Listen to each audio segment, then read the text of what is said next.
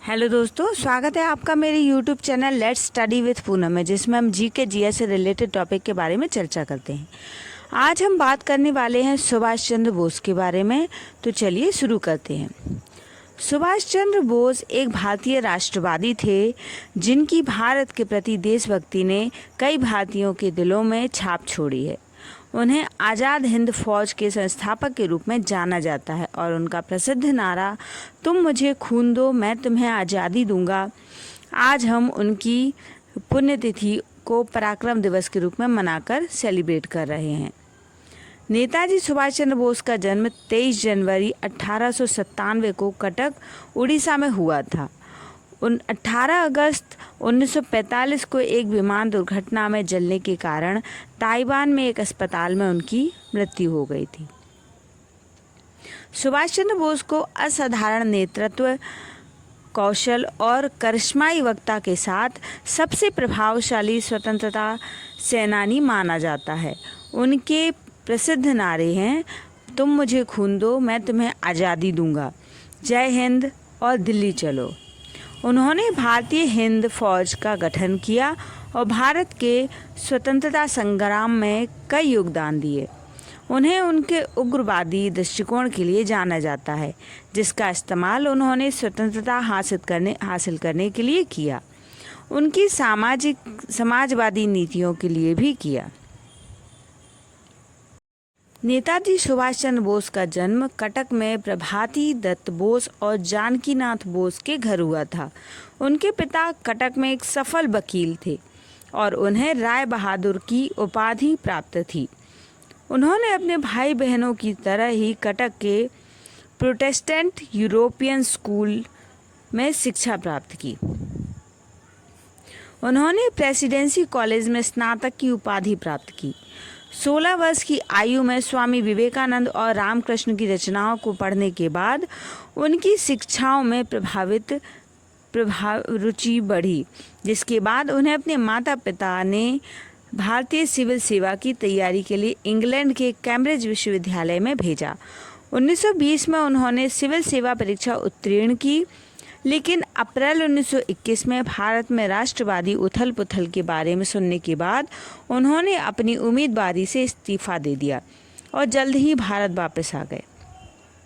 वे महात्मा गांधी द्वारा शुरू किए गए असहयोग आंदोलन में शामिल हो गए। उन्होंने कांग्रेस को एक शक्तिशाली अहिंसक संगठन बनाया।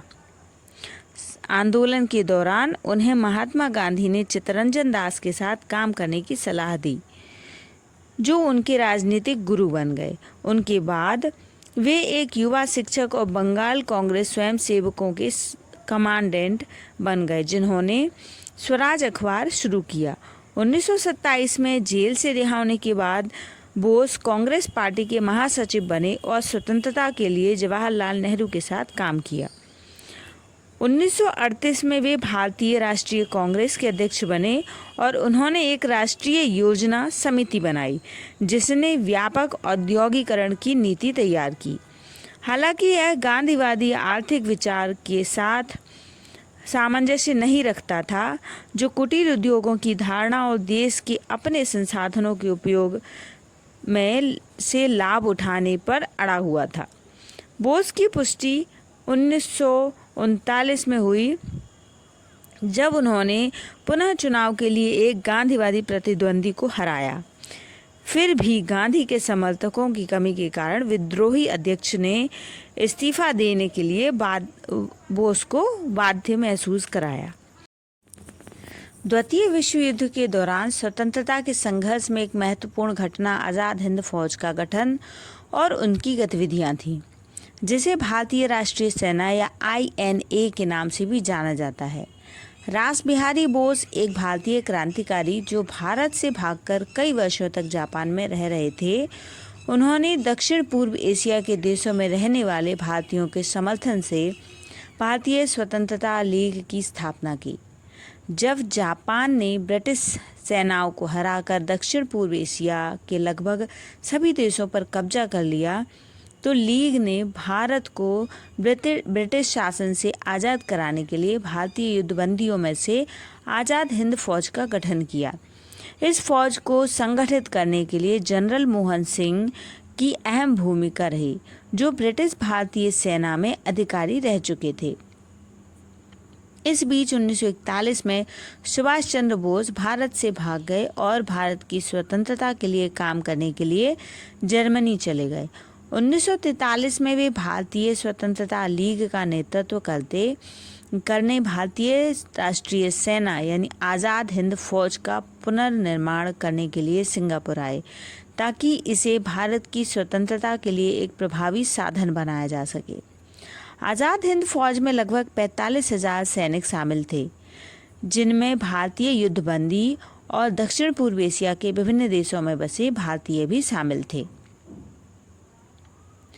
21 अक्टूबर 1943 को सुभाष चंद्र बोस, जिन्हें अब नेताजी के नाम से जाना जाने लगा था, उन्होंने सिंगापुर में स्वतंत्र भारत की अंतरिम सरकार के गठन की घोषणा की। नेताजी अंडमान गए, जिस पर जापानियों का कब्जा था। वहां उन्होंने भारत का झंडा फहराया। 1944 की शुरुआत में आज़ाद हिंद फौज की 3 इकाइयों ने भारत के उत्तर पूर्वी हिस्सों पर हमले में भाग लिया, ताकि अंग्रेजों को भारत से बाहर निकाला जा सके। आज़ाद हिंद फौज के सबसे प्रमुख अधिकारी में से एक शाहनवाज खान के अनुसार भारत में प्रवेश करने वाले सैनिकों ने खुद को जमीन पर लिटा लिया और मातृभूमि की पवित्र मिट्टी को भावुकता से चूमा। हालांकि आज़ाद हिंद फौज द्वारा भारत को आज़ाद कराने का प्रयास विफल रहा। भारतीय राष्ट्रवादी आंदोलन जापानी सरकार को भारत का मित्र नहीं मानता था। इसकी सहानुभूति उन देशों के साथ जो जापान के आक्रमण का शिकार हुए थे उनके साथ थी। हालांकि नेताजी का मानना था कि जापान द्वारा समर्थित आज़ाद हिंद फौज भारत के अंदर विद्रोह की मदद से भारत पर ब्रिटिश शासन को समाप्त कर सकती है। दिल्ली चलो के नारे और जय हिंद के नारे के साथ आज़ाद हिंद फौज देश के अंदर और बाहर भारतीयों के लिए प्रेरणा का स्रोत थी। नेताजी ने भारत की आज़ादी के लिए दक्षिण पूर्व एशिया में रहने वाले सभी धर्मों और क्षेत्रों के भारतीयों को एकजुट किया। भारत की आज़ादी के लिए की गई गतिविधियों में भारतीय महिलाओं ने भी अहम भूमिका निभाई। आज़ाद हिंद फौज की एक महिला रेजिमेंट भी थी। इसकी कप्तान लक्ष्मी स्वामीनाथन के हाथों में थी। इसे रानी झांसी रेजिमेंट कहा जाता था। आज़ाद हिंद फौज भारत के लोगों के लिए एकता और वीरता का प्रतीक बन गई। नेताजी, जो भारत के स्वतंत्रता संग्राम के लिए महान नेताओं में से एक थे, जापान के आत्मसमर्पण के कुछ दिनों के बाद एक हवाई दुर्घटना में मारे गए। द्वितीय विश्व युद्ध 1945 में फासीवादी जर्मनी और इटली की हार के साथ समाप्त हुआ। युद्ध में लाखों लोग मारे गए। जब युद्ध समाप्ति के करीब था, इटली और जर्मनी पहले ही पराजित हो चुके थे, तब अमेरिका ने जापान के 2 बड़े शहरों हिरोशिमा और नागासाकी पर परमाणु बम गिराया। कुछ ही क्षणों में ये शहर जलकर राख हो गए। 2 लाख से ज़्यादा लोग मारे गए, किंतु इसके तुरंत बाद जापान ने आत्मसमर्पण किया।